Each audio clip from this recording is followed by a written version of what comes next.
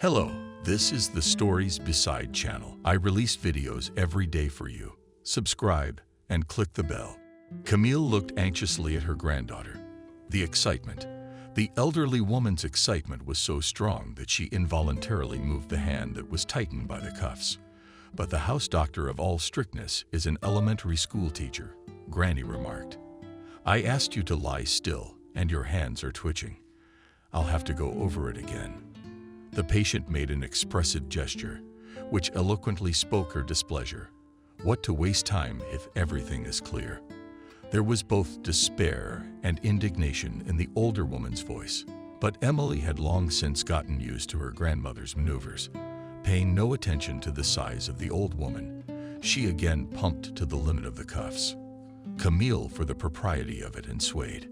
But she did not express in verbal form her feelings. She watched her granddaughter's actions, expecting a death sentence. But Emily did not justify these hopes. Grandma, can you be put on the astronaut team? 130/80. That's like a well-trained athlete. And that's at your 80s with a little tail. Camille didn't like her granddaughter's tone, not to mention the result of the study. I pretending to be gravely ill. She changed from horizontal to sitting. Your machine is lying. You can throw it away. Too bad mine broke at the wrong time. But it was always right. I can tell from my condition that my upper blood pressure is at least 200. Emily had an excellent grasp on the intricacies of her grandmother's personality and wasn't even offended by her assessment of the imported device's abilities. Okay, if you don't trust me, let me call an ambulance. Camille's face changed instantly. Her entire large body expressed outrage. With a kind of bloodthirsty triumph in her voice, she declared, "You're where the dog is buried. I knew it. I sensed you were your mother. So you want to put me in the hospital to be finally killed." Emily laughed. Grandma, hospitals treat people, and you're telling me these stories. And the fact that your mom and I are trying to talk some sense into you is a sign of caring. You have no idea how much we love you. The granddaughter hugged the woman tightly and kissed her deeply wrinkled cheeks. Camille was touched. More than anything else in the world, she treasured such moments. The weight of the years had left many wounds on the heart of the old lady, and not all of them had healed completely. So she wanted her family to pay more attention to her. Today, too, towards morning, she felt uncomfortable with the loneliness of people watching from every corner. At such moments, she became very frightened. That was why she had called Emily. But the girl did not even reproach her relative for such an early call. Remembering it now, Camille decided to apologize. "Emily, I'm sorry I got you up at 6 o'clock, but I thought the woman with the scythe was already at the bedside. I know it's time to get ready, but I just want to live a little longer. It's okay. It's okay. I have to be at work by 8 o'clock anyway. I don't like your moodiness. They say that as long as a man lives, he should think about life. Yes, I try to think, but when I look in the mirror, I get scared." Camille was obviously being flirtatious because she looked quite good for her age. Despite her old age, the woman looked after herself and liked new outfits. Her daughter and granddaughter tried to prevent her every wish, and Evelyn, Emily's mother, many times offered to move into her spacious apartment, but insistent, and the grandmother categorically rejected such a possibility. "I've never lived and I want to die in my own apartment. Stephen and I earned these square meters with our own labor." Camille liked to make her life an example to others. She used every opportunity to involve the interlocutor in her memories. While Emily was preparing breakfast in the kitchen, her grandmother did not miss the opportunity. If you knew granddaughter, what hard times were then. Hunger, devastation, unsettledness. People were happy because they valued life. Now they value money more. Emily with a tray floated into the small living room already. "Let's have breakfast. I'm really going to be late for work. You young people, all in a hurry. Where are you running to?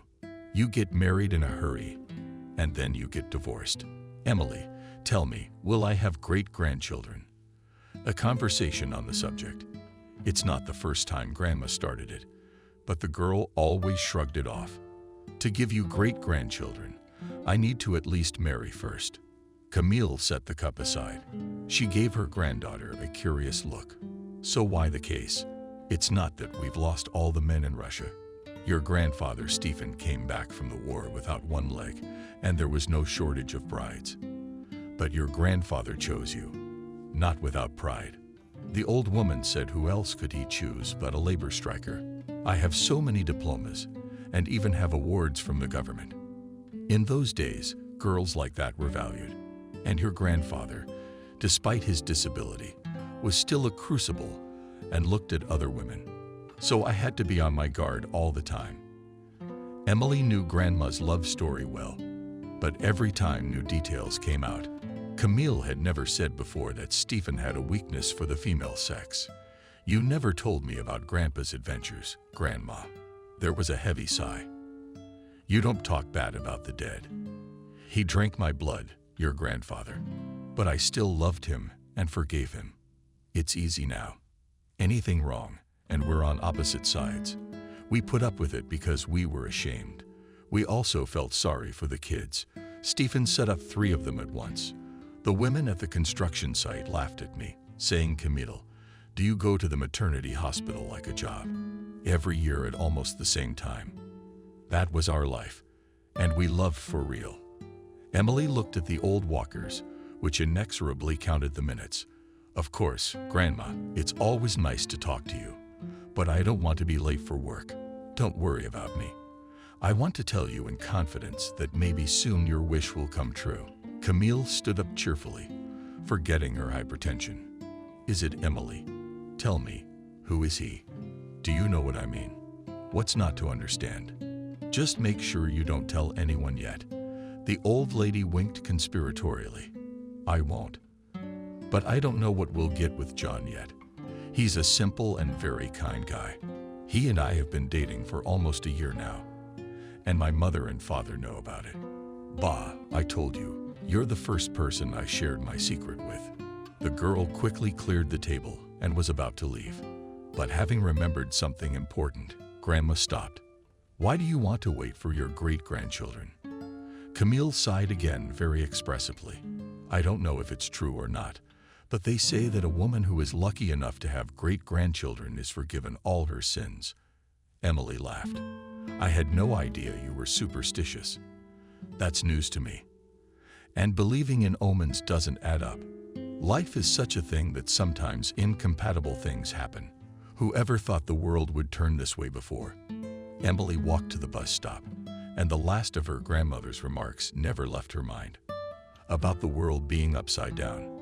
Mentally, she recognized the old lady's rightness, because really, just in the last few years, things had changed a lot.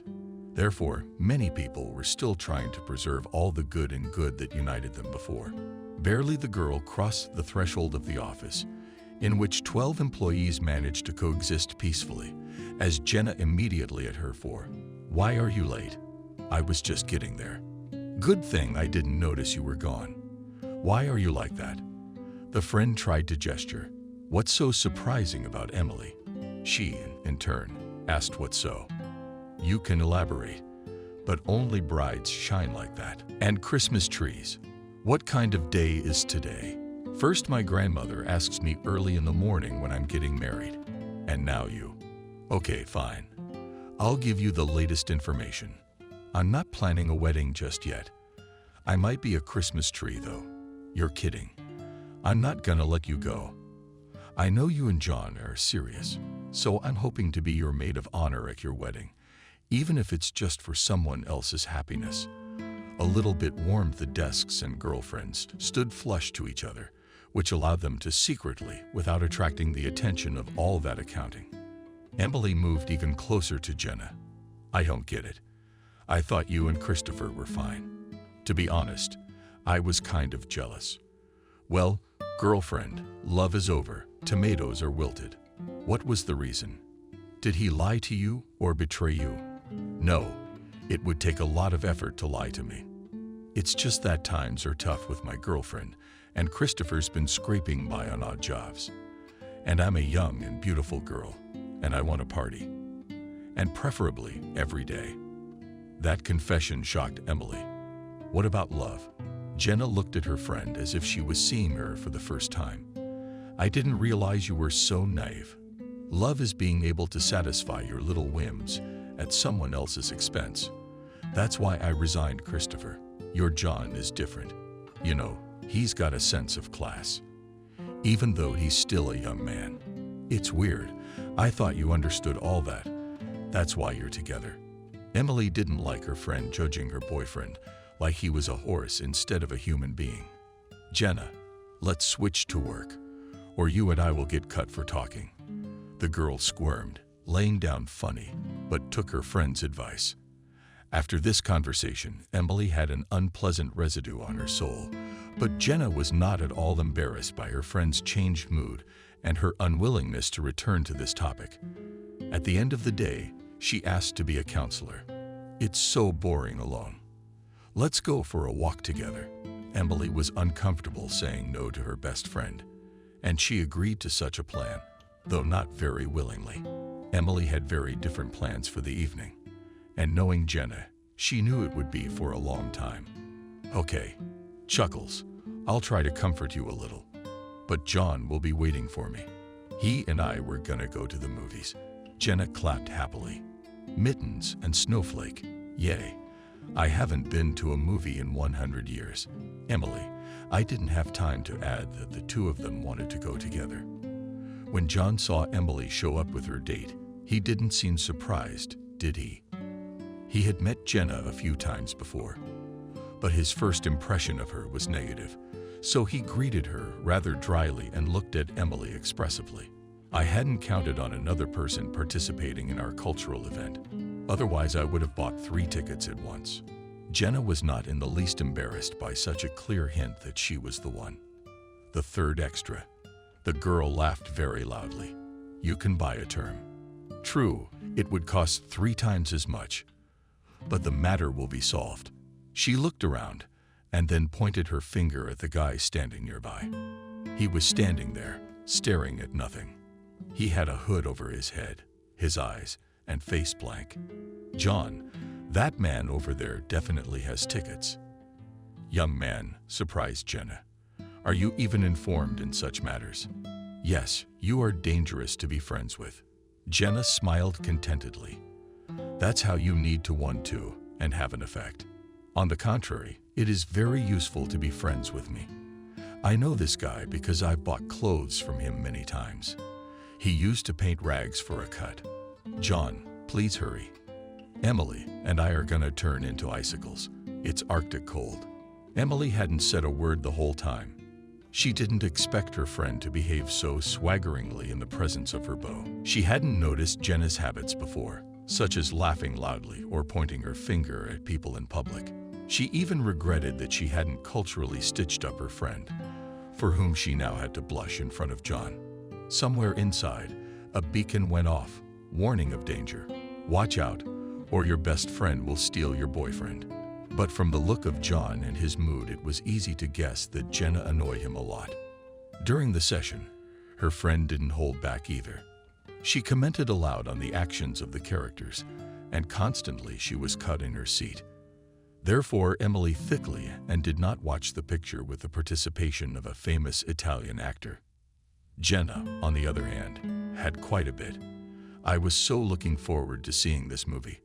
Thank you, John. She looked at him with such eyes. It made Emily uncomfortable. It seemed to her that Jenna had forgotten that John was dating her best friend. One more minute, and she'd just lash out at the guy. You're welcome. Unexpectedly, for a couple of lovers, Jenna fell out friends. I do not understand why you have such faces, as if you just had a spoon, fish, grease. Remember when they used to give us that stuff in kindergarten? Jenna laughed very loudly again. Emily just nodded her head in response to her friend's inappropriate question and wanted to say goodbye as they stood in front of Jenna's house. But she wasn't going to leave them so easily. Guys, I understand, but I'm warning you that I will be your maid of honor at your wedding, and no other candidates will be considered. Are you satisfied that you've made your point tonight? Jenna laughed very loudly again. John wrinkled his nose, but he said calmly, I must disappoint you, Jenna, but Emily and I are not getting married." Instantly, the joy on the face of the girl was replaced by surprise I did not understand. "It turns out that you, John, also give up eating and not even shy to admit it so publicly." The young man very cleverly put the insolent girl in her place, and Emily watched with satisfaction as she tried to realize the meaning of his words, so that the girl would not suffer in vain. He explained Jenna's decision to abandon the noisy celebration does not mean that someone has abandoned someone, especially so you cannot talk about a person, but to say, "And we will be fine and without a loud wedding. We'll just go to the registry office and run away secretly from everyone, and we'll spend the money on something useful." Jenna was hit with another wave of surprise. It's like an American movie. They go on a trip right after Mary, too. "John, you're good." For about 15 minutes, John and Emily had to listen to Jenna's coddling for the sake of decency. The frost was starting to creep through their warm clothes. Toward the end, all three of them were jumping in place to keep warm. Finally, Jenna gave in. Tonight was going to be a good night. Maybe we could go to the restaurant with the same group. When I opened the door at the entrance, the young man breathed a sigh of relief.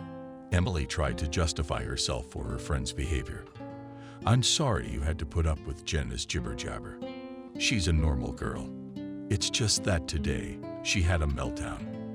I didn't expect it to get so ugly. I've never had to deal with anything so special. What I don't understand is what you two have in common. You're so different. Well, there's no mystery. It's just that we went to kindergarten together, and then we sat at the same desk. She's always so reckless. I mean, her dad's a big shot, so Jenna's been used to getting what she wants since she was a diaper. I wish her daddy would teach his daughter some manners. I couldn't help myself when she started asking about our wedding. I really wanted to sass that girl. In fact, she ruined the whole thing for me." "What do you mean?" John stopped and looked into the girl's eyes. "As strange as this may sound, but today was the day I was going to propose to you. But your best friend messed up my plans, so I'll have to limit myself to the standard question in such cases. Sure, yeah, half of the procedure is done. And now part 2. Please, maestro, fanfare." John Fool himself played the orchestra, and then solemnly took a velvet box out of his pocket. A ring, as is proper on such occasions. The girl opened the box in the color of a street lamp, and a bright gem winked cheerfully at her. Oh, it was a real diamond. It was the happiest day of Emily's life. The girl could not sleep for a long time, recounting in her memory every minute of the wonderful evening. On that frosty February night, spring was ringing in her heart, and she believed that the best was yet to come. The first year in married life flew by unnoticed. Emily could not escape the feeling that it was all happening in a dream. The women at work made fun of her. Our Emily was giving off a vibe. You can get a free load of happiness. It's rare to find such a thing in life, that a honeymoon stretches for a whole year. The girl smiled embarrassedly and tried to guffaw. "You just pay too much attention to my person. I've never walked around with a sour face before.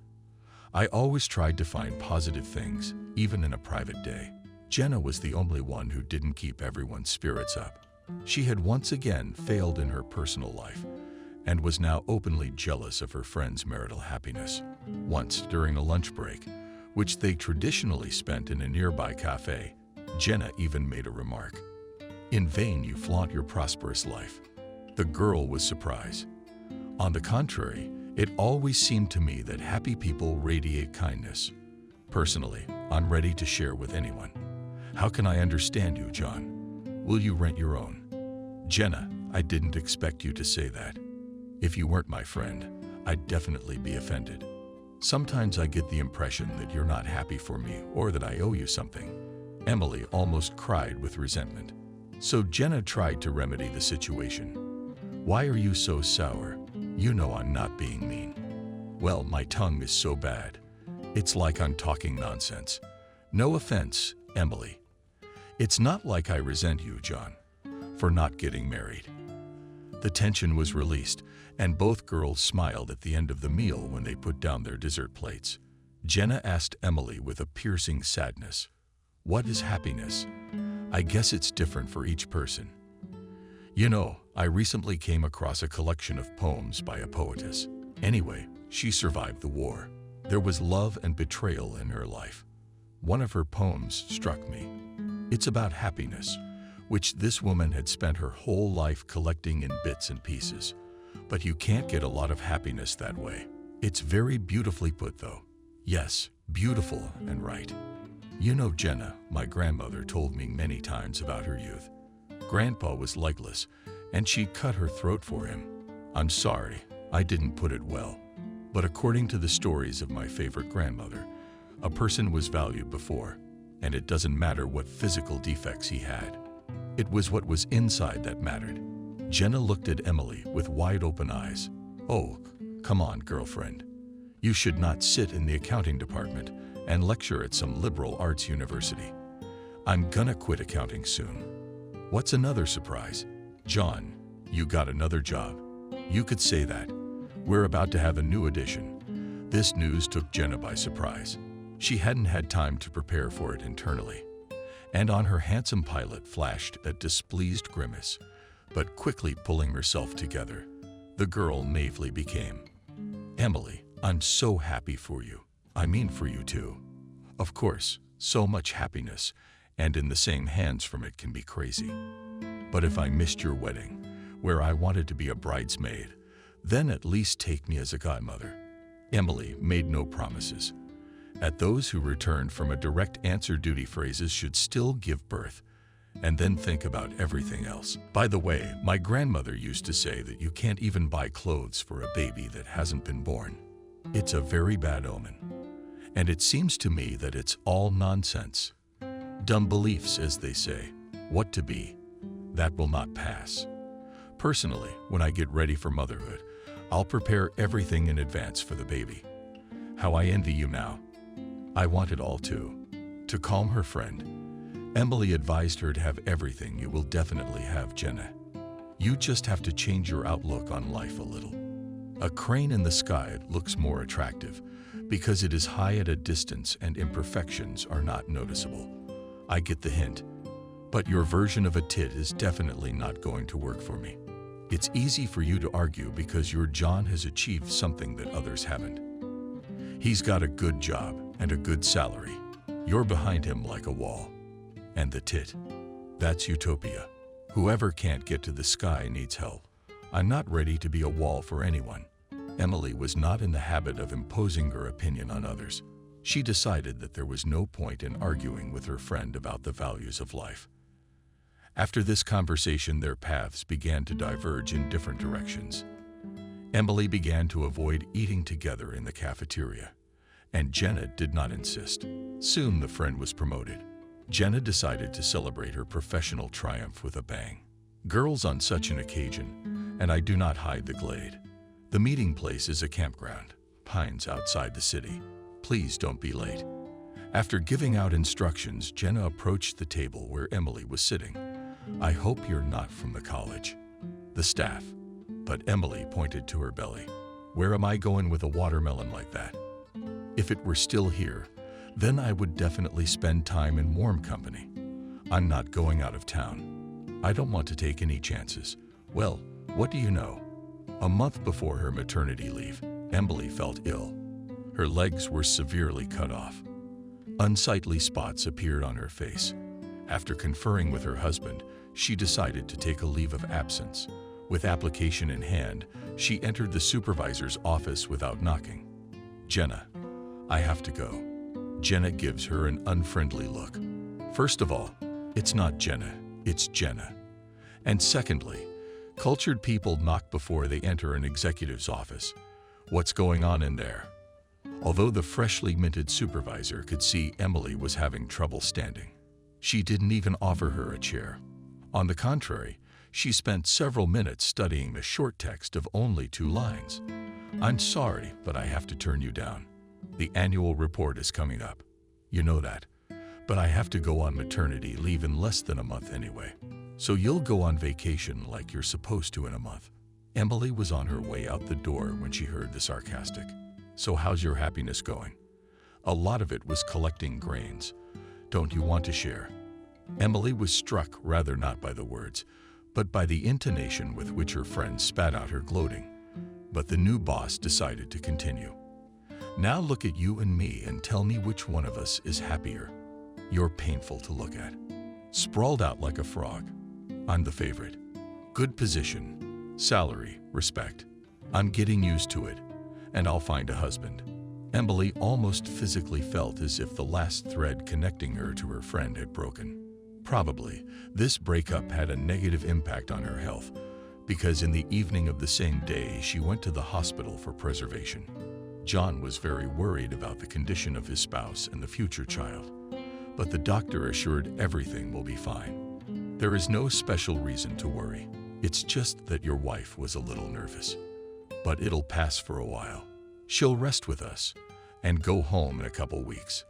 The doctor wasn't lying.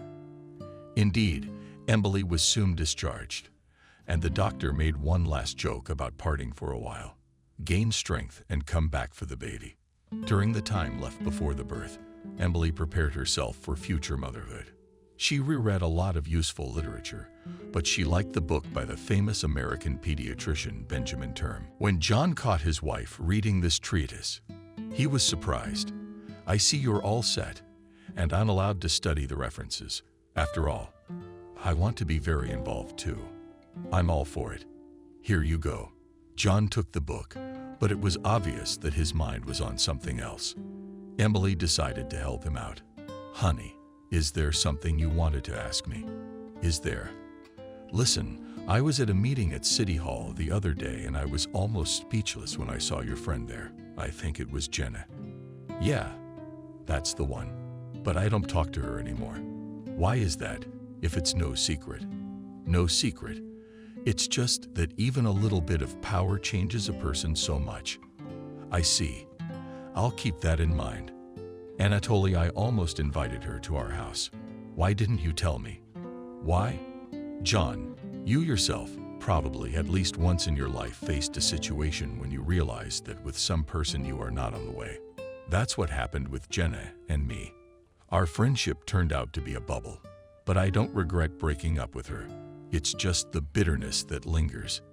It'll pass, especially since you won't have to go back to your accounting department. Have you made up your mind for me? Know that I'd like to suggest a change of career. We're opening some branches soon, and we're gonna need to expand our staff. Okay, honey, I'll think about it. But let's not get ahead of ourselves. Although the whole family was worried about Emily, a real friend and like-minded John found in the person of Camille. Emily's grandmother calmed the future father down. Everything will be fine. All women give birth. That's our lot in life. And Emily will cope with this task. The man wanted to believe the words of a wise woman, but anxiety for his wife and child kept him on his toes. Thank you, Camille, for your support. Your words to God's ears.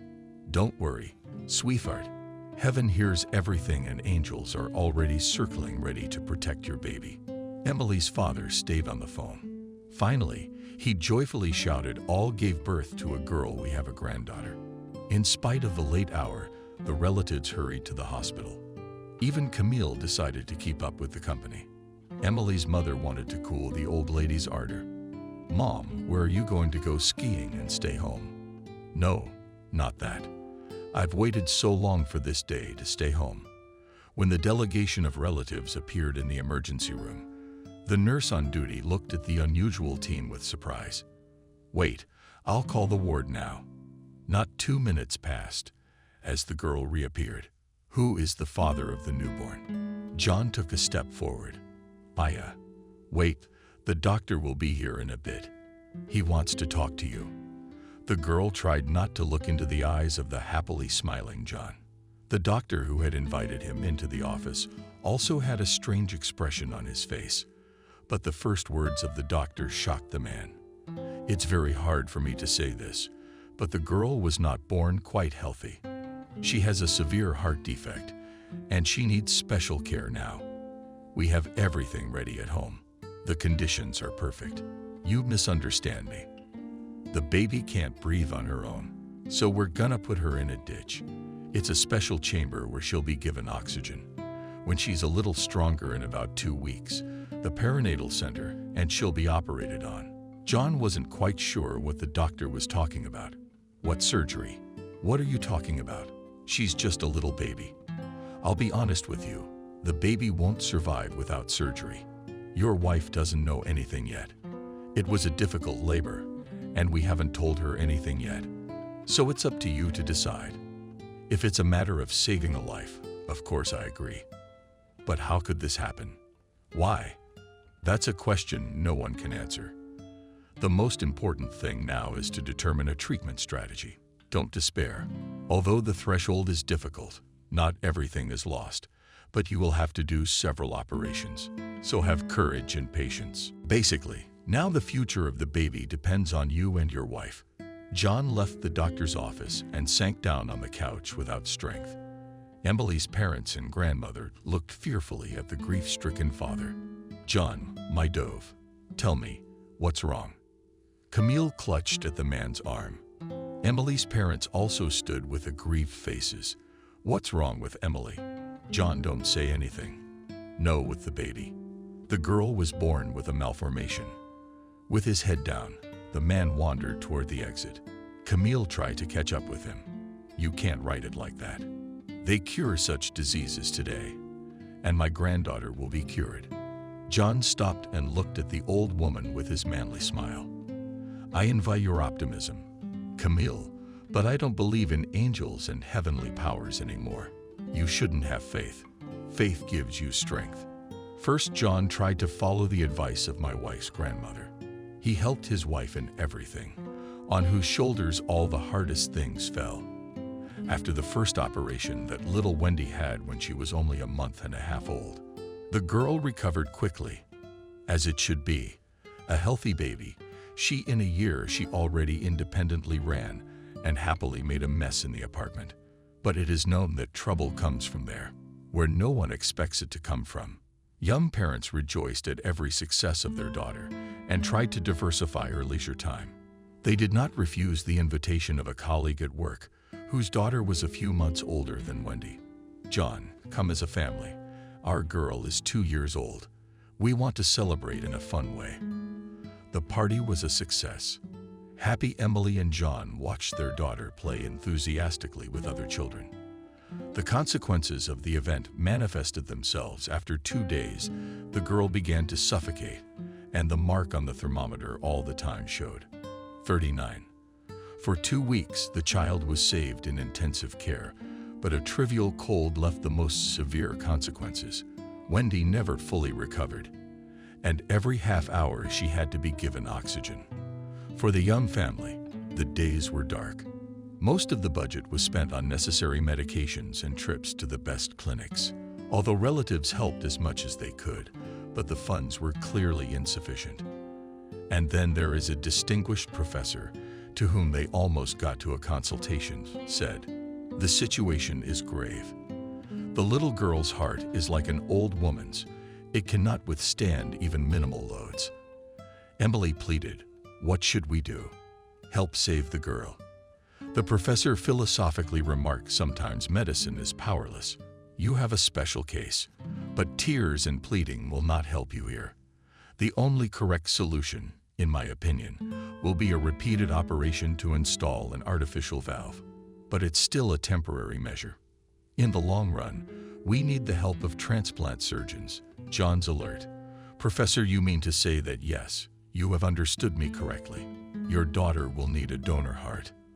But I want to warn you right away that the waiting list is years long. They say shared grief brings people together. But Emily and John worked out against that law. 6 months after the consultation of the famous professor, Wendy had a second operation, but it had almost no positive result.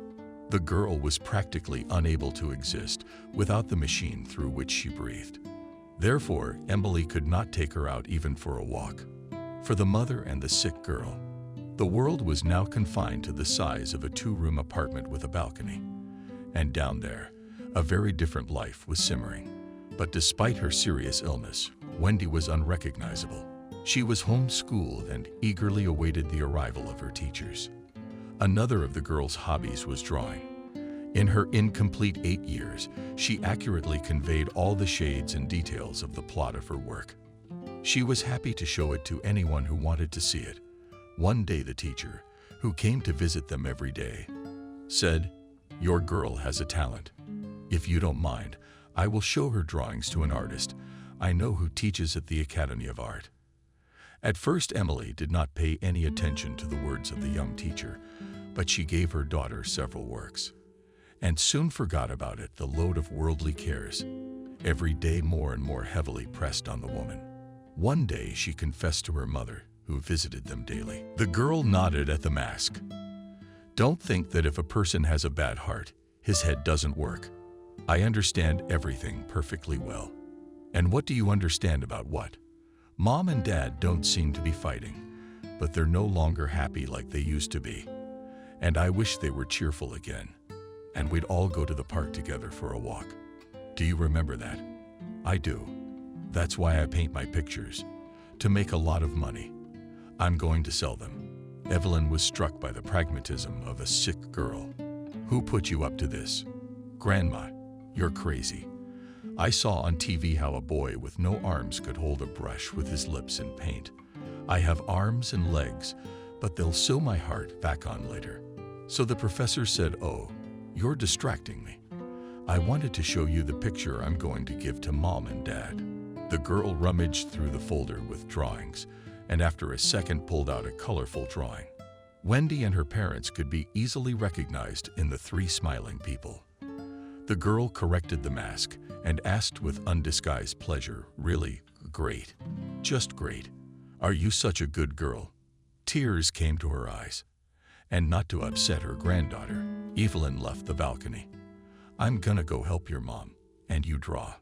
The drawing with a positive subject remained on the balcony. Apparently, the young artist forgot to hide it in her folder.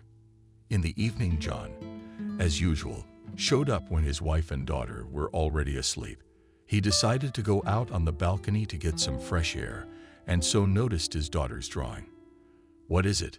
"It's Wendy. She wanted to give us a present for our wedding anniversary, but while talking to her grandmother, she forgot to put her drawing away." John didn't notice his wife coming over, despite her heart condition. Our Wendy is drawing and generally trying to live the life of a normal child, and she is succeeding. It's a shame you don't see it. Emily disappeared into the bedroom. John, for a long time in the moonlight, looked at the drawing, in which everything was filled with special meaning. Emily did not wait for any words from her husband. She thought that something would awaken in him that would make him return to the John she knew. But he went to bed silently, also silently left for work in the morning. Emily knew from his phone conversations that her husband was up for a promotion and justified his constant delays with that. The fact that he was promoted Emily, of course, pleased. After all, it is an addition to the salary, and maybe they will be able to buy Wendy something more expensive, which will help her better than domestic drugs. But the next day, something happened that made Emily forget her worries. Toward lunchtime, the doorbell rang. Yes, so insistently that even Wendy lifted her head from her drawing. Emily wiped her hands and went to open it. Strange. Who could it be? On the doorstep stood the same teacher who had admired Wendy's drawings and had even taken some to show someone. With her was a man in his 60s, 65. "Hello, Emily. Forgive me for dropping by unannounced. I'd like you to meet him. This is the artist, the teacher from the Academy of Art, Robert." Emily thought she'd heard that name before on TV when the man was being honored with an award. "Hello. Come in, please." The man immediately sat down next to Wendy. They talked about something and his eyebrows went up every now and then. Then he asked Wendy, "Do you have any of your favorite drawings?" The girl smiled. "Of course, I even have them in a separate folder." The girl looked at Emily, and she quickly pulled out the folder with the drawings. "Maybe some tea." Robert smiled. "You know, I wouldn't say no to that." Half an hour later, they sat down at the set table. Wendy sat on the kitchen sofa eagerly, catching every word the artist said. "You see, Emily, will you allow me to call you that? Yes, of course, your girl has talent, but I think you realize that yourself. I feel like a snail in a shell. I imagine my sweet grandmother would be telling me off right now for saying that. I wish she were here. I miss her a lot too. Mom was a great optimist. I only saw her cry once. It was when my father died. So always with a smile and a push. We don't so much want to be like Grandma, but we can't. Especially lately. I'm always moping around, just hanging in there for Wendy. Oh, John, I mean, he used to support you through everything. Or has that changed?" Emily didn't want to dump her problems on her mother's head, but she felt a desperate need to share them with someone. "I don't know, maybe it's just a figment of my sick imagination. But John has changed a lot, especially in the last year. He's become irritable, even rude to me. He won't even go into Wendy's room. You should talk to him. I've tried, but he's avoiding direct conversation. I get the impression he's afraid. Afraid of me and Wendy and everything in this house. You know what, Mom? My husband's been coming home closer to midnight, so I'm starting to think he's got another woman. If he leaves me and my daughter, I don't know how we're gonna live. Don't you dare even think about that. Thank God you're not alone. Your father and I are always there for you, and John is a very responsible man. I'm sure he wouldn't do something as mean as this. Oh, Mom, I'm not so sure about that. He's changed." Suddenly, Emily thought of the teacher who had praised Wendy's talent. "I've bored you to tears, but there's good news. Vanessa, the teacher took some drawings to show the artist. Of course, I don't believe in all the Cinderella stories, but who knows?" Evelyn said thoughtfully, "I told you 100 times my granddaughter gems. It takes such a sick child to draw like that. Would you hire a tutor or art teacher for her?" "Mom, I'd love to, but with what money? We're barely making ends meet as it is.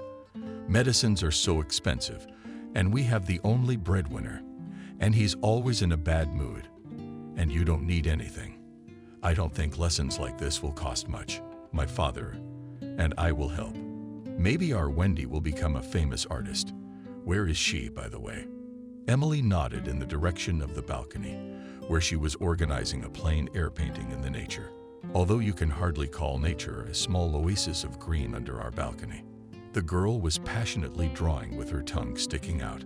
The mask of the device did not interfere with the creative process, and the young artist deftly corrected it every time she changed her body position. Evelyn leaned over to examine her granddaughter's work. "Well done, my good girl. Grandma, I didn't realize you were here." The mask slipped traitorously from her face, and the girl began to gulp for air with her mouth. Evelyn quickly fixed the device. "You mustn't make any sudden movements, and you mustn't even get excited. Grandmother, you don't have to be afraid for me. I'm used to it. A lady came to visit us and said that she would soon give me a device so that I could go out with it." Emily confirmed it from afar. "It slipped my mind. Wendy was sponsored by a foundation called Sunshine. They've actually promised to help with the purchase of a new machine. But it's gonna take a while to raise enough money. But thank you for visiting, bringing gifts." Wendy was unhappily interrupted by her mother. "Mom, you've been talking to Grandma for almost an hour. Now it's my turn." Emily conceded to her daughter. "All right, folks, I'll shut up and won't bother you. I'd better go to the kitchen and make something tastier." Taking advantage of his mother's absence, Wendy called his grandmother. "And I have something to show you. Mom and Dad's anniversary is coming up." Evelyn asked in surprise. "How do you know, Grandma? Do you think I'm so little? I even walk around the apartment alone sometimes without that nasty thing. Talent is a rare thing these days.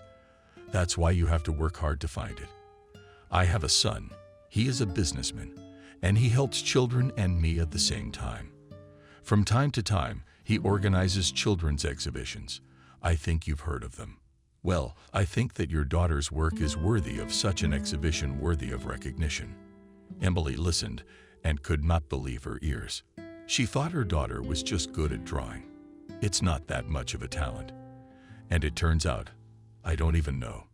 You can see that. Wendy, she's not exactly healthy. That's no reason for her to be recognized. Besides, it's to your advantage.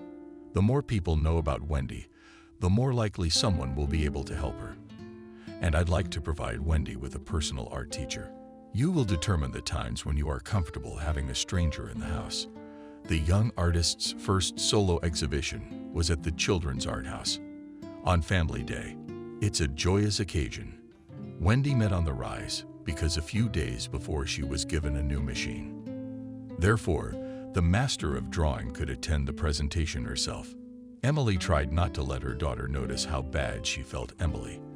As soon as it was known that the exhibition was definitely going to happen, they were announced the date and time.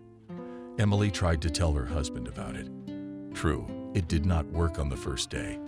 He came already at 0 o'clock. So Emily got up early to prepare breakfast for John early. And at breakfast to tell him everything. He entered the kitchen, looked at the pancakes and scrambled eggs. Then he looked at Emily and sighed faintly and sat down at the table. John, do you want coffee or tea? Coffee. She placed the mug in front of him. John, I need to talk to you. Emily, I've got a lot on my mind right now. And I want to eat breakfast so I can concentrate. She could see that her husband was having trouble holding back, but she wasn't about to back down. It's nice when you're never here. I need to talk. I need to work things out. After all, you can. Emily stepped back to the window and turned away from him. John looked at her carefully for the first time in a long time. The jeans she'd had on since before she was pregnant. They were so weathered that they seemed purposely frayed. Some kind of uniform t-shirt. Emily appeared very thin in it, though she did seem to have lost a lot of weight. Hair in bunches. He'd always hated the bun. But she used to laugh and say, "Do you think I should sweep up dust with my hair?" Yes, Emily has changed a lot. If that's the case, you can see it on a young woman.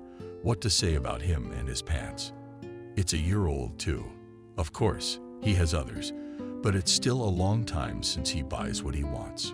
Yes, he doesn't buy anything at all, doesn't make anything of what he wants. All he does is work and bring in money. Sometimes he has the feeling that he comes home after a paycheck, throws all the money into a big cauldron that burns with hellfire, and immediately realizes it is possible to turn around and go back to work, because there is no more money. Lately, John has been realizing that he's tired of it all. He doesn't want to live like this anymore. Yes, Emily loves him, and Wendy is not to blame. But he's human too. He hasn't done anything wrong in front of God. He shouldn't have to carry all this. He's not even 40 yet, and he feels like he's well into his 60s, so the life he hasn't lived is over. There's nothing ahead of him. I mean, it's the same as it is now. Emily turns around, and John sees the determination in her eyes. Emily, don't start. We'll talk about everything. Give me a few days to get my thoughts together. She suddenly agreed. All right. Aha. Let's do it Friday. We can't drag this out any longer. We have a show on Sunday. She wanted to say exhibition, but John had already left. Emily grinned sadly. For more than a year now, he didn't kiss her when he came, didn't kiss her when he left. At first she cried resentful, but then she accepted nothing. She and her mom bought a beautiful Wendy dress for Friday. After all, it's the first important event in her life. John didn't come home on Friday. He didn't show up until Saturday. But it was already night, and waking him up in the morning to go to the exhibition didn't work. Emily could clearly smell the booze. It was so strange. John didn't like to drink at all.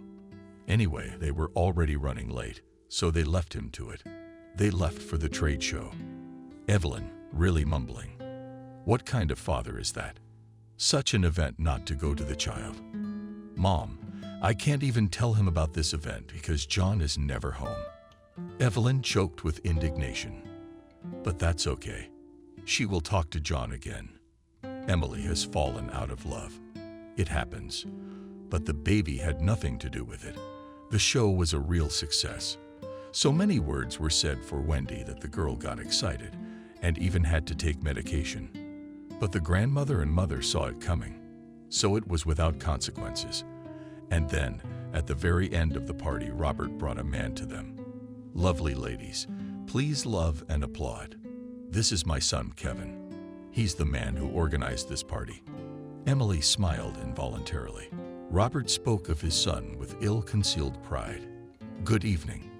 I am very glad that my father was not mistaken again. Creative people light up very quickly.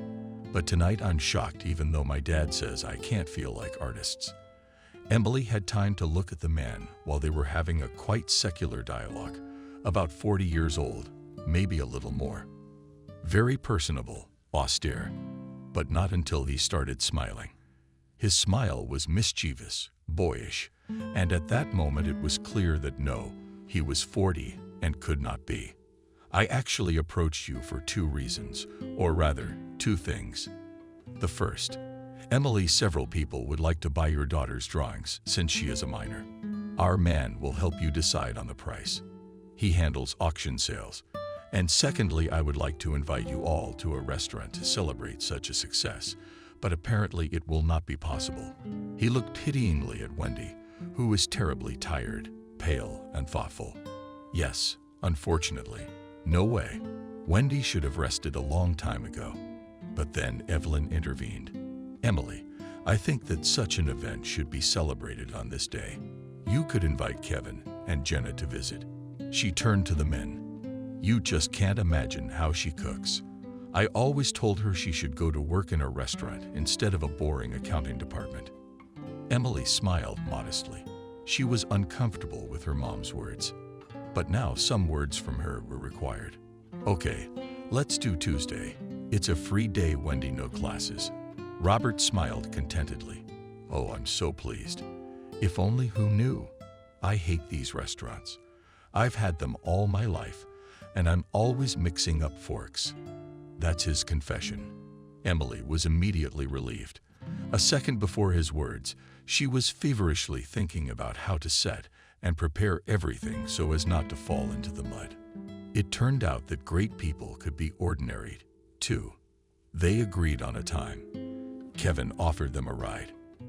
Evelyn immediately said she had somewhere else to be, so Emily and Wendy had to go alone.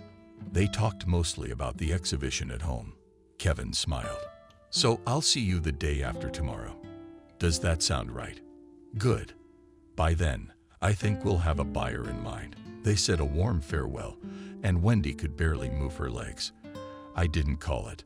Emily immediately put her to bed. She heard John splashing in the bathtub. "Very good. Now they're going to talk." Well, he's not callous enough not to be happy about his daughter's success. About 20 minutes later, the bathroom door opened. John appeared in the kitchen outside the house. He didn't even ask where they were. It was like a kid with oxygen masks on his face, walking around free and clear all the time. "Yeah, we're home. It's really good that you're home too. Otherwise, lately we only know about my husband having Wendy's daddy from memory." He turned to her abruptly. "And I don't understand what's wrong. I pass you like an ox, and I can't even afford anything. All the money goes into the abyss. You must have forgotten that there is another life, the life that normal people live. They go to the movies, buy themselves expensive things. Their homes don't smell like medicine. They work to live a life of pleasure. My life is weird. I'm 30-something. I'm young. I want to live." Emily stood silent and looked at her husband in horror. It can't be. It wasn't him, because her John couldn't say that. I mean, she knew him well. He was always worried about them. He loves them. "John, I don't know what you're talking about. Wendy, our daughter, was born this way." He turned sharply toward her. "No, not us, you. You're the one who gave birth to a sick child. You're torturing yourself. You're torturing the baby. And you've decided that I don't want my life either. But I'm wrong. You're the only one in this whole situation. Wendy's sick, and I'm Pasha, seeing no light, seeing no money, day and night. And you. You're just being there for her. You work, you spend mine, but sometimes you give your daughter medicine. John, what are you talking about? Emily took a few steps and literally fell into a chair. That I'm telling the truth. And I don't understand why I have to suffer. Basically, it's not life. It's just existence. I'm sick of it. Do you understand? Do you or don't you? Emily said in a surprisingly calm voice. And what do you propose to change? What do you need to do to find a way out of this situation? You do realize that we can't change anything yet. That's right. But I can. Why should everyone suffer? If just one person can live a normal life. I even shook my head to try to understand what my husband was saying. John, I don't understand you. He's sitting next to me at the table. Emily, I'm leaving. I don't care what you think of me, but I don't want to live like this anymore. Emily felt the ground shake under her feet. You're leaving. But it's death to Wendy. You know the medication they're giving her barely works. We have to buy everything. What are we gonna do without you? Emily, don't try to make me feel sorry for you. I'm not. I'm trying to understand if you're knowingly going through with this, knowing exactly what leaving you means to your daughter. John stood up silently and walked out into the hallway. Emily followed him. Tears came in torrents. John, please think about it. Think what will happen to us. But he threw on his jacket, turned to her. When you calm down, pack my things and don't try to bother me. It won't make a difference anyway. He closed the door behind him, and Emily slid quietly down the wall. What to do now? How to live? About 10 minutes later, she heard her daughter calling her. Emily rushed to her. Wendy was pale, but it was nothing Emily did not notice. Mommy, can I draw? Emily smiled. You draw all the time. Don't you get tired? No, Mommy, why do I like you so much? I even feel better about myself. Emily restrained herself as much as she could so that her daughter would not guess anything. She didn't need that kind of excitement. That evening, when Wendy was already asleep, Emily sat down in the kitchen to assess what they had of their medications and what they would have to buy soon. Then I counted the money, but they'll last a couple months if nothing goes up in price. What then? She clearly realized that if she didn't think of anything in those 2 months, everything would come to an end. It wasn't until the next day that she remembered they had company. Having to tear a little more from the budget was all for Wendy. Emily did everything automatically. She smiled machine-like at her daughter. She cooked, talked to her, and her mind kept racing with the thought, what to do. The guests arrived on time. Her mom had called to say her father was sick, and not to risk Wendy, she wouldn't be coming. She didn't want to catch a cold.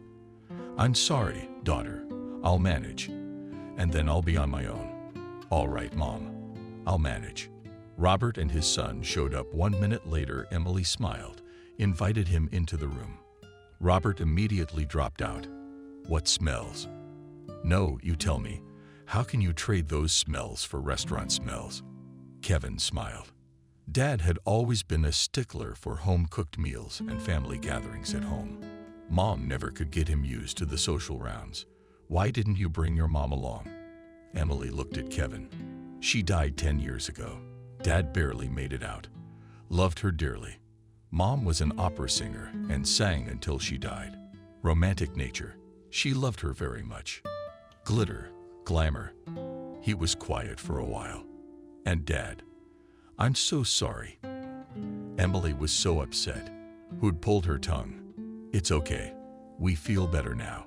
Jenna's voice came from the room. He was talking to Wendy. Emily made a gesture toward the room. Come in, please. When they entered, Robert was standing by Wendy's desk, looking at something and frowning a low brow. He threw a quick glance at Emily. Then said, Kevin, come here. Now the two men were looking at the drawing, and both were silent. Emily smiled. What did you see there? You know. By the way, I wanted to look at it too, but Wendy stopped her. Mommy, it's not finished yet. Wendy quickly hid the drawing. Emily, of course, was very surprised, but did not argue. Later, she would ask her daughter since when was she not allowed to look at it. Drawings that are not quite finished yet. While sitting at the table and listening to Robert loudly admiring each dish, Emily seemed to relax a little. Kevin pushed his plate away. "Well, can we talk business now? Emily, here's a card that will receive funds from the sale of drawings of Wendy's paintings. There's already a few on there. I'd like your permission to take some to Italy. There's the annual Young Talent Show in a week. The prize is very impressive, but participation requires your written consent and a small photo shoot of Wendy." Emily shrugged. "Sure, why not?" Robert asked Emily, "Tell me, how do you live? Do you have a foundation or do you have your own foundation?" "I recently took the Sunny Foundation under my wing. They bought us a portable machine. We couldn't afford it on our own. Pardon me for the indiscreet question about medicine. We all realize that we don't have much money. My husband made a good living, but his salary was barely enough. I'm sorry, why was he earning? He lost his job." Emily smiled sadly. Only now she realized that she was all alone with her problems. "No, he left us just yesterday. She said she couldn't work for me and a sick child for the rest of her life." Kevin choked on his tea. Robert clenched his fists. "Don't you worry, Emily. Everything in life is for the best." She smiled weakly. John walked to the park and sat down on a bench. Not half an hour later, a woman came and sat next to him. "So, did you talk?" "It was fine. What do you think?" Jenna placed her hand affectionately on his shoulder. "John, relax. All the bad stuff is behind you. There's nothing but positivity ahead. In a month, you and I are going to the sea. It'll be a great reward for your suffering. You'll come back with renewed vigor. Let's get to work. The promotion is yours for sure. You realize you've been living without oxygen." "I do. Jenna, let's make a bigger deal. Just don't bring them up." "Sure. What do you say? So, shall we go home? I ordered dinner from the restaurant. I also bought a nice wine. I'm taking the day off tomorrow, so we have all night." John smiled. He would try to put out of his mind everything that prevented him from having a good life. It was the kind of life he had dreamed of, or rather started to dream of when he started to get closer to Jenna. It had all happened suddenly. He hadn't even thought about it. Cheating on Emily, especially not with Jenna, whom he had disliked since the very first day he met her. To be honest, he hadn't seen her in a long time. Probably since Emily was pregnant. I hadn't seen her, and I'd never been interested. What difference does it make how his wife's ex-girlfriend lives? That day, his car failed to start once again. And of course, not at home, but at work. The time is such that public transportation does not run, and a cab is very expensive, almost to the other side of the city. He decided to walk a few stops closer to the center. There, the minibuses were definitely very thirsty. John saw a store ahead of him and turned there to buy some water. At the door, he was almost knocked down by some lady. "I beg your pardon." And the lady suddenly said, "John, are you or is it?" He looked up in surprise. In front of him stood Jenna, groomed with makeup, perfumed with expensive perfume. Not Jenna recognized. "What are you doing here at this hour?" "Yeah, my car broke down. I'm walking to the center, and I'm driving. You can see my head standing there." He turned around and saw a pretty fresh BMW in bright blue. "It's a nice machine." Jenna laughed. "That's not what I mean. I mean, I can give you a ride. Go ahead, buy what you need and get out. I'll wait for the car." John went to the counter. It was kind of a mixed feeling. On the one hand, I didn't want to see Jenna. On the other hand, she's so beautiful, so fashionable, so free. It was like a breath of fresh air. He sat down in the car, which smelled of new leather, expensive perfume, something else so forgottenly expensive. Jenna smiled. "Did you like it?" She laughed. "You make it sound like you're starving yourself. You had a pretty good job, as I recall. But the job hasn't gone anywhere. Everything else is gone. I mean, Wendy's sick. All the money. absolutely everything, goes to her treatment. Emily doesn't work, so we can't use my paycheck for anything extra. If you knew how sick I am of this, he said, and was afraid of his own words. He had never let himself do that before. Jenna looked at him thoughtfully. Listen, let's take the stress out of retirement. I just finished my reports at work. I'm the boss, but I'm tired as a dog.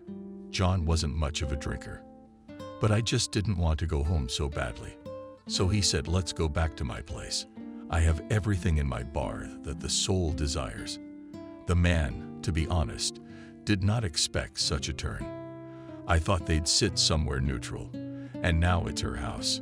He wasn't a little boy and understood perfectly well how such meetings ended. He was suddenly overcome with a fever. He pictured Jenna on the regional sheets with a glass of champagne in her hands. In a hoarse voice, he replied, "Give it to you."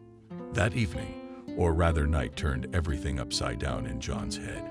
Jenna very unobtrusively made him realize that his self-sacrifice was just dope.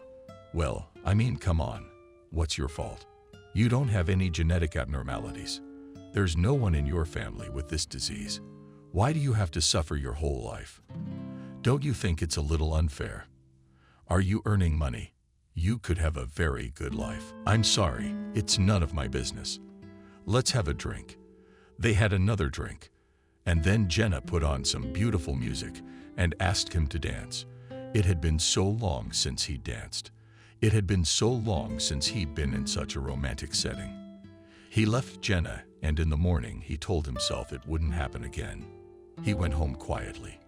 Immediately caught, though barely noticeable, but the smell of medicine, all so gray, dull, went to the kitchen, opened the refrigerator. Everything is so ordinary. Even to take and just eat something tasty will not work, because such impractical food they just do not have. Everyone's on a very tight budget. Jenna called him a week later. He didn't know how she got his number, but he was glad. "John, hi. I don't know how you're gonna take my offer. Anyway, it's my birthday tomorrow. It's a non-circular date, so no celebration. I've been thinking about who I'd like to sit with. And you know, I've decided that you're the only person I want to see at my house." Was he pleased? He sure did. He'd long since forgotten that Jenna was unpleasant, that Jenna exuded anger and jealousy. What was Jenna like now, anyway? What's his Emily like? Heaven and earth. And even if John were to go to pieces, he would change absolutely nothing. I mean, not at all. Jenna, I'd love to, John, but if you're talking about presents, please don't even think about it. I understand. In fact, I think we need to find a way out of this situation. Well, there has to be. They always say there's only one way out of one situation. And you don't have one. Well, I'll see you tomorrow. What time would be best for you? If you can get an hour early so I can be there at 6 o'clock, I can do that. John clenched his eyes. What is he doing? Then asked Jenna decisively, "Jenna, can you at least tell me what kind of flowers you like?" She laughed. "I like roses, like all women do." John almost blurted out that, for example, his Emily adores only chrysanthemums. All then yes, tomorrow from that birthday. John's mind clicked. He didn't want to go home. He didn't want to live like that anymore. He wanted to live a good life, the way a professional of his caliber deserves. It took him a long time to come to this decision. Even though Jenna had urged him to move almost immediately, maybe he still would have hesitated. But then Emily started talking to him. How could she tell him to do all the posts? And when she caught him, he just didn't bother to move that unpleasant conversation again. What was the point of putting up with it? He told her everything that was on his mind. Everything was almost ruined by that drawing, the one he had once found on the balcony, and something stirred in his soul. It made him want to cry. I went to bed upset. In the morning, I decided I had to end things with Jenna. She'd sent him a list of hot tours in the morning. He hasn't been to the seaside in 1,000 years. It's so tempting. The vacation at work was no problem. John, of course you should go. Don't we get it? You haven't been on vacation in 5 years. Don't worry, we'll support your department. So you'll be back. You'll be fine. How's yours? His boss looked at him sympathetically. What could he tell him about leaving them? Well, of course he couldn't. He shrugged, nothing new. All right, go on. I won't keep you too long. Take a vacation from the hubris, realizing that after the vacation, you will be waiting for a completely different position. It's a good thing you're on vacation. With renewed vigor, he started. He recounted the conversation to Jenna, leaving out the phrase about his family. Jenna rubbed his hands together. But here's life getting better. First, we're gonna have to get you a decent car. Your car's been in the scrap heap for a long time. Then we can expand our place. John lay on the couch and believed that everything would be just like that. What else could it be? Now he's a free man. The vacation at the sea was unforgettable. John never even once had the urge to call to find out how Wendy or Emily were doing, and Jenna never left a minute to spare.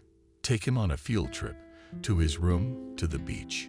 He's tanned, and he's looking good. Jenna would lie beside him at night and say, you're so handsome, strong, you're the best. And he believed it was true. He went to work with pleasure. First of all, he had a good rest. Secondly, he realized that very soon he would become not the head of the department, but the head of the whole division. And this is quite different. Even cars will be allocated to him. And not just any car, but a good one. His company has all the cars. Fire greeted the guard, immediately went to the office to the boss to hand souvenirs from the sea. Good morning, David. The boss slowly turned from the window. Hello, John. How was your vacation? Very well. I brought you a souvenir. The warden looked at John strangely. He didn't even feel comfortable under that look.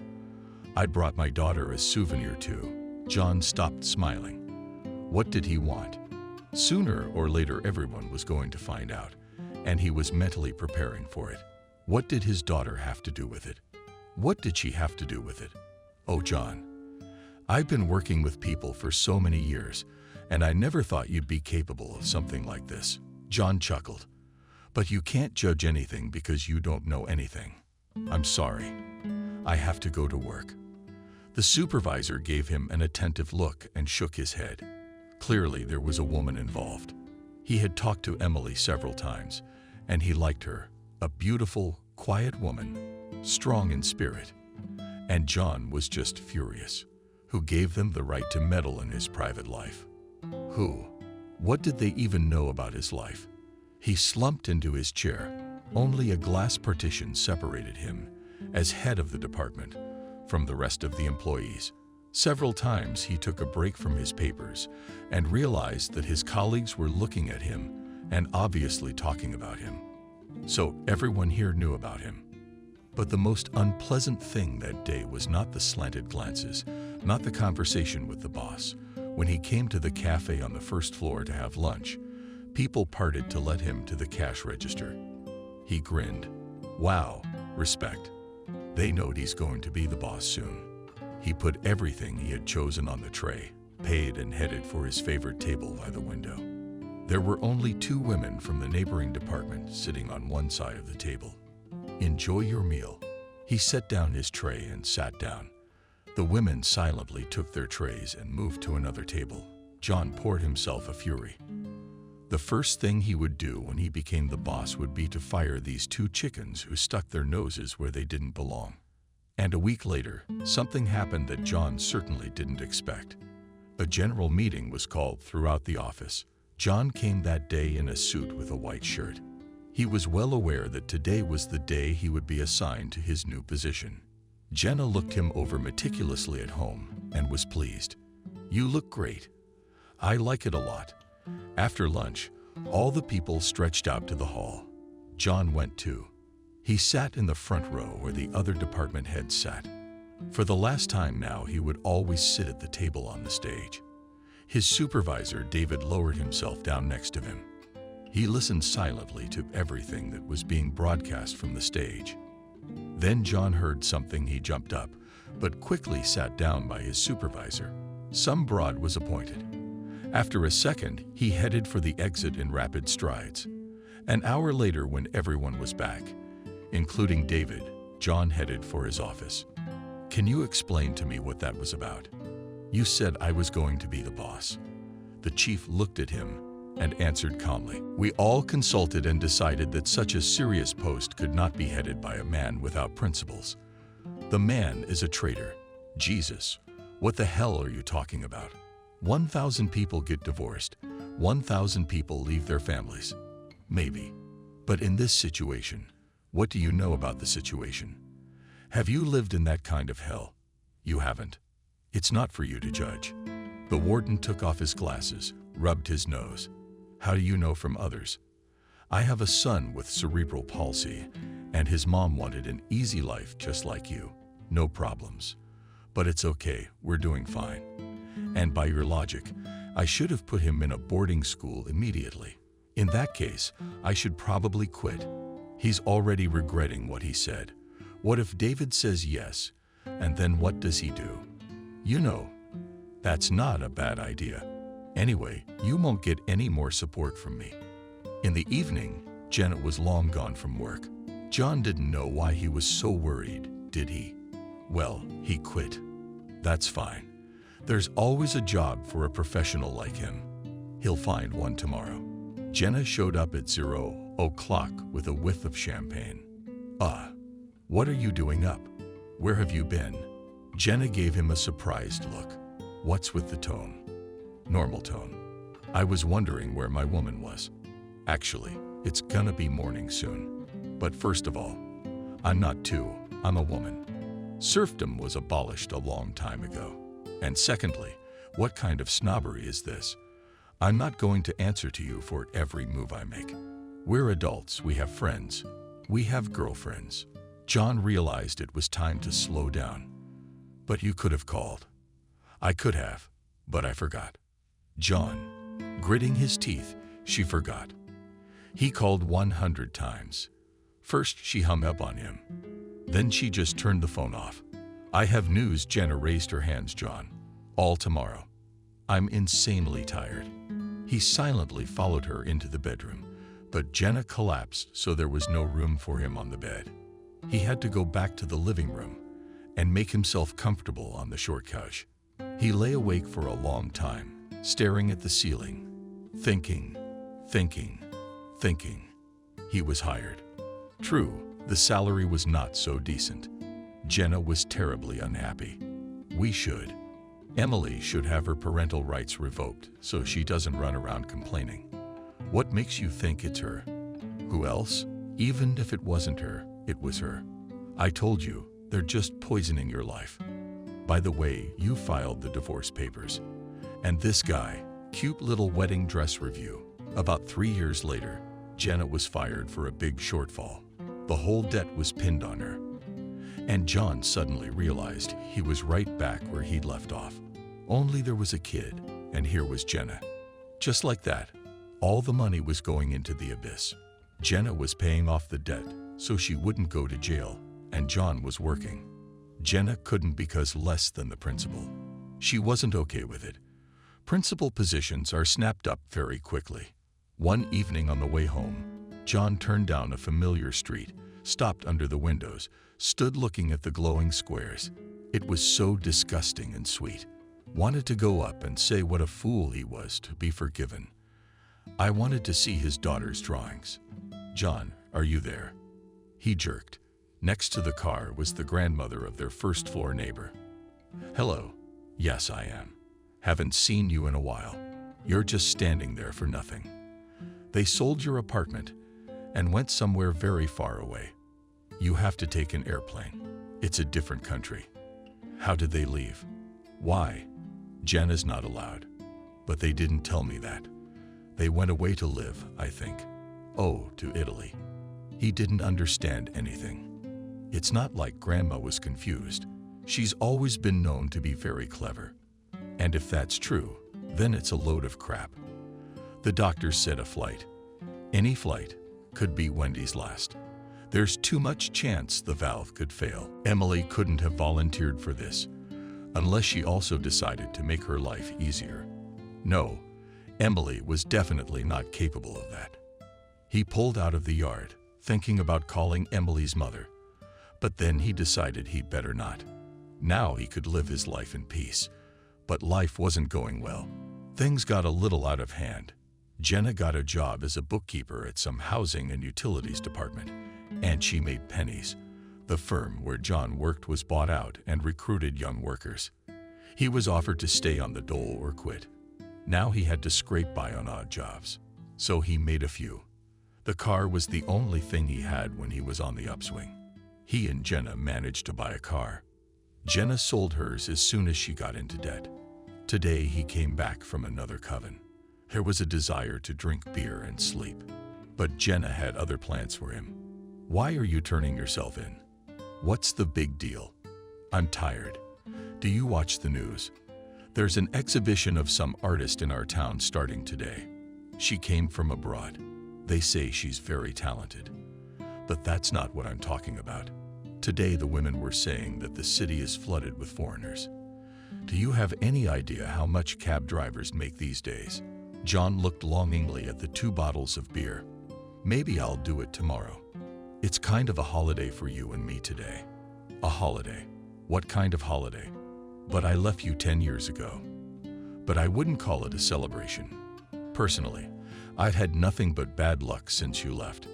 He was starting to get annoyed by the setbacks. So it's okay that you're the one who broke up my family.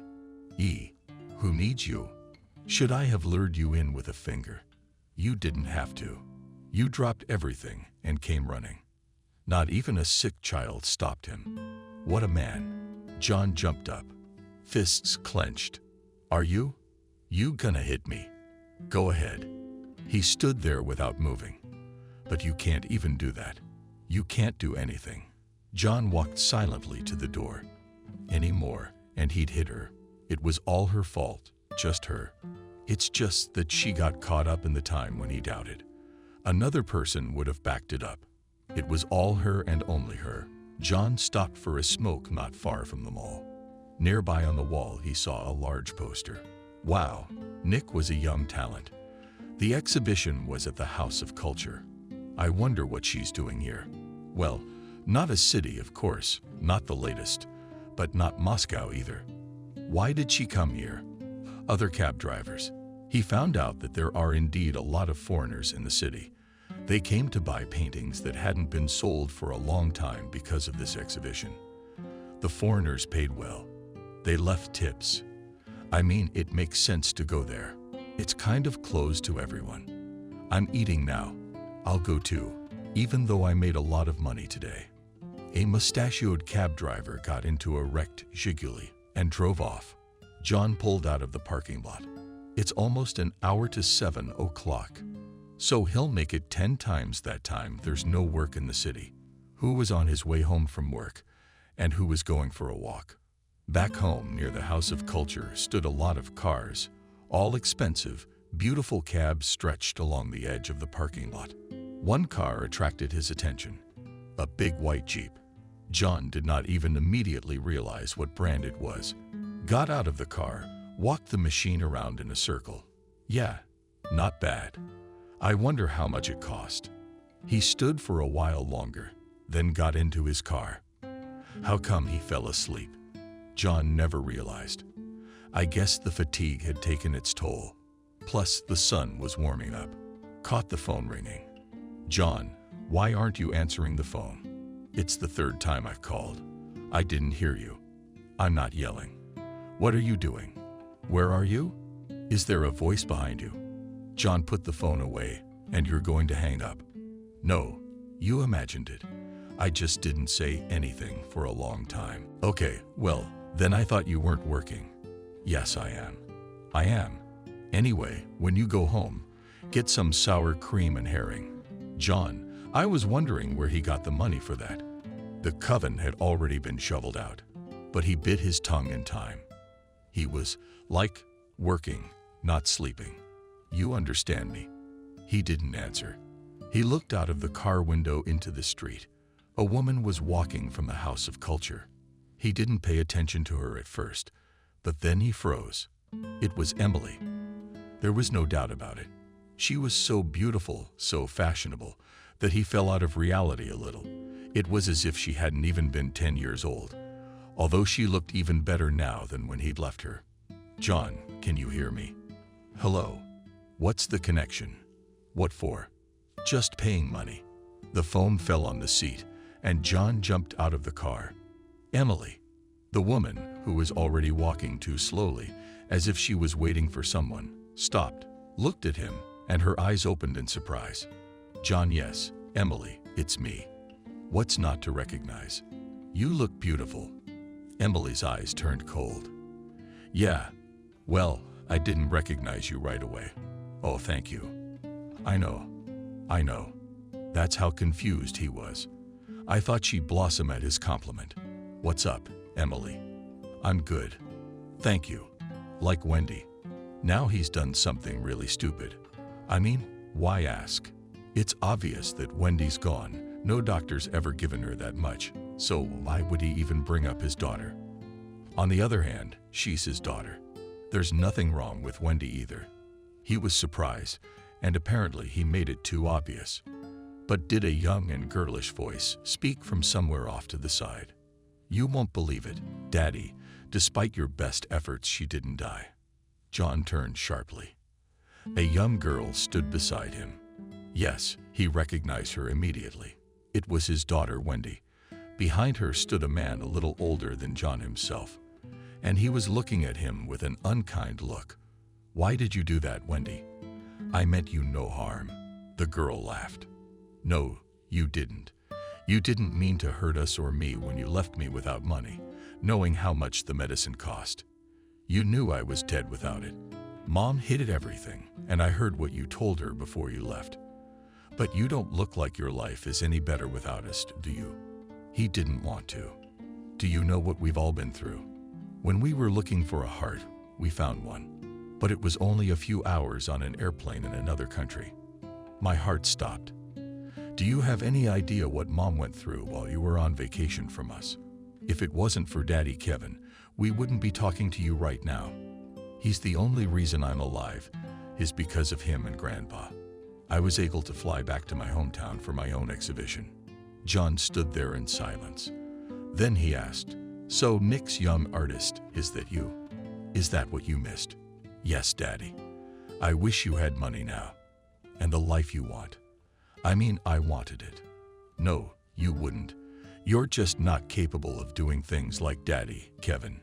You know, he almost went to jail because he forced the pilots of a private plane to land near the hospital grounds. Otherwise, I wouldn't have survived. Would you have?" "No, Daddy, you couldn't have done anything because you'd rather walk away from difficulties and problems than deal with them." The man put his hand on Wendy's shoulder. "That's enough. Calm down." The daughter and the man walked towards the big white car. Emily looked at it thoughtfully. "But I won't ask you how you live." "I can see that. I guess this is goodbye, John." He was just about to say something when he heard Jenna screaming. "John, wait, don't go." Oh my God, she was just home. Maybe she wasn't calling from home. Jenna ran up, out of breath, shoved John's bag. "Oh, at least he'll drive me home. I'm so tired." Emily, who was already walking to the car, stopped abruptly. She turned slowly and stared at John's wife. Jenna, the woman, also turned to her for a while, looked perplexed, and then, apparently recognizing Emily, left her with an appraising look and froze. "So that's who encouraged my husband to live a good life." Emily smiled. "Jenna, how many golden ones have you wished for?" "I think you only needed John to bite me harder.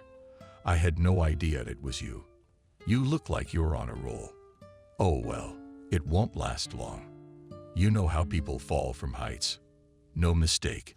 You buried your daughter. What kind of a bitch are you, Jenna?" "No, my daughter is alive and well. And as you can see, quite successfully." Jenna took a quick glance at the poster and wrinkled her nose like a toothache. "You're still something, but you're wearing expensive clothes for your daughter's account. So what? So you've never had happiness, and you'll never have a simple family life." Bam! Happiness. Jenna looked at her triumphantly. Kevin got out of the car again. Emily for a long time. You know our son is going to be very unhappy about the long absence, maybe even throwing toys. Emily looked at Kevin with loving eyes. Yeah, you're right. Let's go turn to Jenna and John. Well, goodbye. Advice, yes, love. They walked to the car. John followed Emily. Kevin turned around. Not good. Looked at him and shook his head negatively. The car turned out and out of the parking lot. They stared after her. Suddenly, Jenna's face twisted with anger. Emily, it's okay. You're crying at me, John. You should sue your daughter for child support. She's got so much money, and you're struggling. I know people. We'll get you disability, and she'll pay like a sweetheart. He turned to Jenna. If you don't want to be disabled now, you better shut up. What's that? What are you gonna do? Loser? You've got yourself in a pickle. John hit a woman for the first time in his life. Not hard, just slapped her on the mouth and walked to the car. Jenna lit up the whole street with power. Help, help, help, finding no support because there was simply no one around. She threw herself after him. John, stop. Don't you want to have a good life? But think how much money we can get from her without her noticing. Jenna jumped into the car at the last moment, and John sped off. His wife said something, but he didn't listen. There were no thoughts in his head. A big white car parked in front of a beautiful house. Well, here we are. Tired, Wendy. The girl looked gratefully at Kevin. No, Daddy, Kevin, it's okay. Let's go already. I can imagine Sebastian torturing Grandpa. They went in, but the house was quiet. That's odd. Actually, they thought Grandpa was exhausted, and his 4-year-old grandson had turned the house upside down. Kevin looked into the room.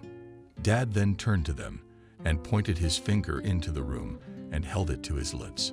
Emily and Wendy looked into the room and laughed quietly. The grandfather and grandson were sleeping right on the fluffy rug by the fireplace. Grandpa had a toy bow in his hands. Sebastian had one too. Apparently, they had been running around so much that as they played, they fell asleep.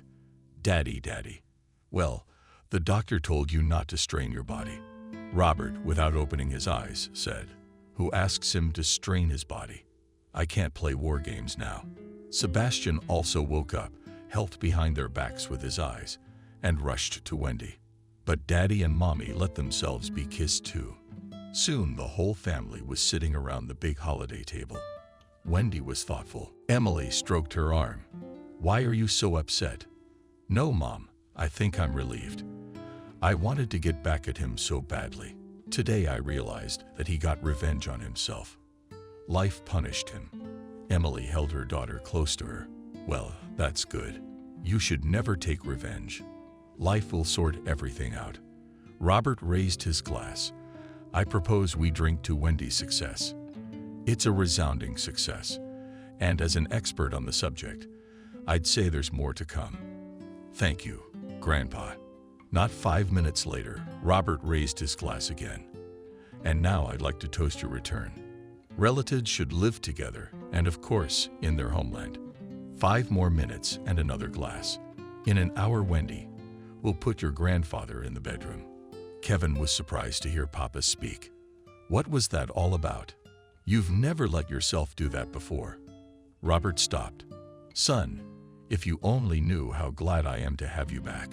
You have no idea how lonely and alone I've been here. Kevin looked at him in surprise. But you never said anything. Should I have? No, I didn't want to interfere with your life. The old man went straight to sleep.